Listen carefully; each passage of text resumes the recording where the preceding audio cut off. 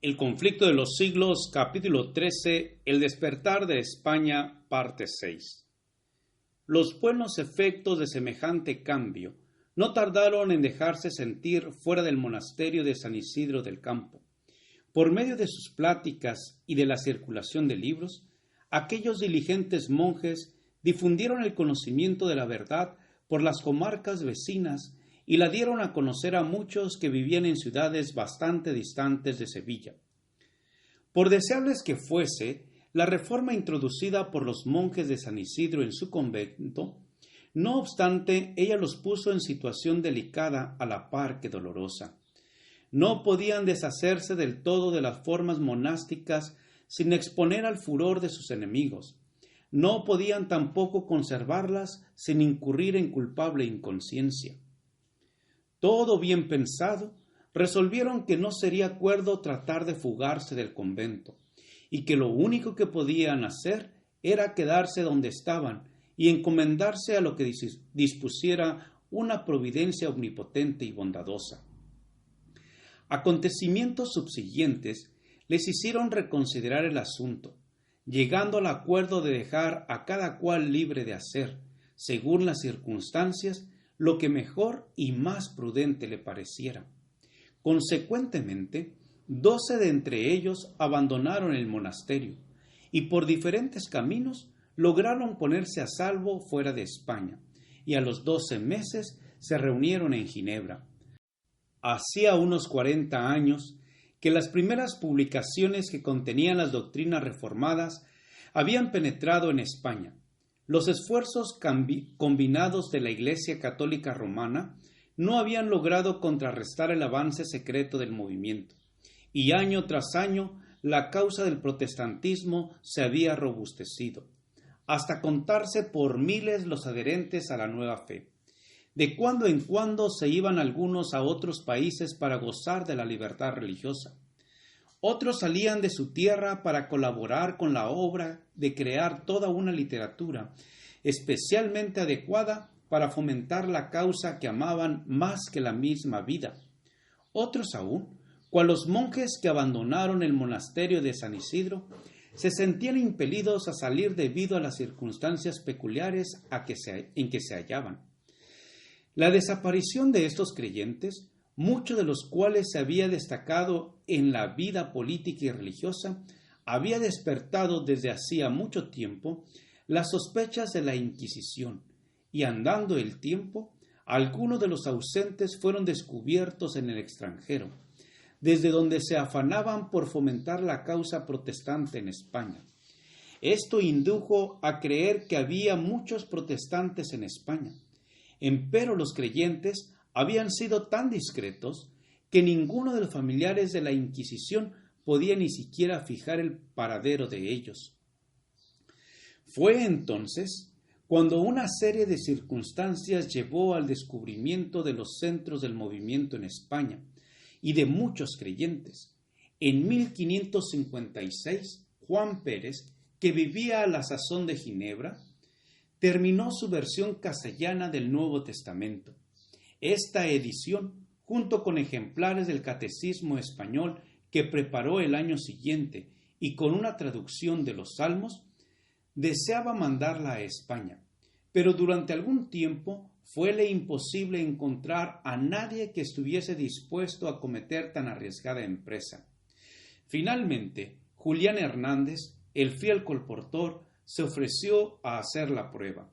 Colocando los libros dentro de 2 grandes barriles, logró burlar los esbirros de la Inquisición y llegó a Sevilla, desde donde se distribuyeron rápidamente los preciosos volúmenes. Esta edición del Nuevo Testamento fue la primera versión protestante que alcanzara circulación bastante grande en España. Durante su viaje, Hernández había dado un ejemplar del Nuevo Testamento a un herrero en Flandes. El herrero enseñó el libro a un cura que obtuvo del donante una descripción de la persona que se lo había dado a él, y la transmitió inmediatamente a los inquisidores de España. Merced a estas señas, los esbirros inquisitoriales le acecharon a su regreso y le prendieron cerca de la ciudad de Palma. le volvieron a conducir a Sevilla y le encerraron entre los muros de la Inquisición. Durante más de 2 años se hizo cuanto fue posible para inducirle a que delatara a sus amigos, pero sin resultado alguno. Fiel hasta el fin, sufrió valientemente el martirio de la hoguera, gozoso de haber sido honrado con el privilegio de introducir la luz de la verdad divina en su descarriado país, y seguro de que el día del juicio final, al comparecer ante su Hacedor, oirá las palabras de aprobación divina que le permitirían vivir para siempre con su Señor. No obstante, aunque desafortunados en sus esfuerzos para conseguir de Hernández datos que llevaran al descubrimiento de los amigos de éste, al fin llegaron los inquisidores a conocer el secreto que tanto deseaban saber. Por aquel mismo entonces, uno de los agentes secretos consiguió informes análogos referentes a la iglesia de Valladolid. Inmediatamente los que estaban a cargo de la Inquisición en España despacharon mensajeros a los diferentes tribunales inquisitoriales del reino, ordenándoles que hicieran investigaciones con el mayor sigilo en sus respectivas jurisdicciones y que estuvieran listos para proceder en común tan pronto como recibieran nuevas instrucciones. Así, silenciosamente y con presteza, se consiguieron los nombres de centenares de creyentes, y al tiempo señalado y sin previo aviso, fueron estos capturados simultáneamente y encarcelados.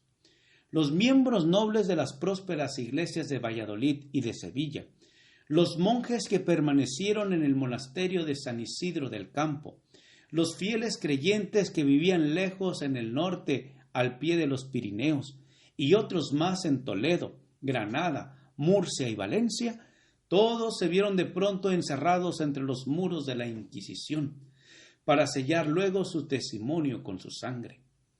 Las personas convictas del luteranismo